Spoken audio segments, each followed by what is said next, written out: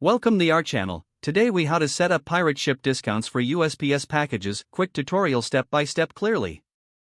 To set up discounts for USPS packages on pirate ship, start by logging into your pirate ship account. On the dashboard, navigate to the settings section located in the left sidebar. Click on discounts from the drop-down menu that appears. Under the discounts page, you'll see an option to add a new discount. Click the Add Discount button. In the discount setup form, enter a name for your discount. Select the type of discount you would like to apply. Enter the percentage or fixed amount for the discount based on your choice. Specify any shipping methods to which this discount will apply. If needed, set a date range for the discount to be active. Review all the entered details to ensure they are accurate. Once confirmed, click the Save Discount button at the bottom of the page. Your new discount will now appear in the list of discounts. To apply this discount to your USPS packages, create a new shipment. On the Shipment Details page, scroll down to the discount area. Select the discount you just created from the drop-down menu. Complete the rest of the shipment details as required.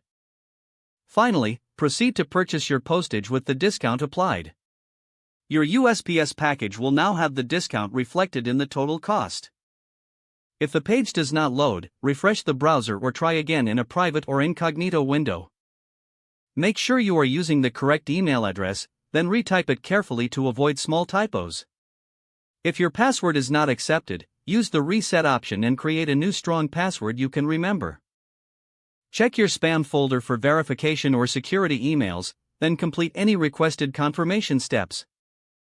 Enable two-factor authentication if available to improve account security and reduce unauthorized access risk. After signing in, review your profile details so your contact information and settings are accurate and current. If you see an error message, note it down and try again after restarting your device and internet connection. Log out when you finish, especially on shared devices, to keep your account and payment information secure. If the page does not load, refresh the browser or try again in a private or incognito window.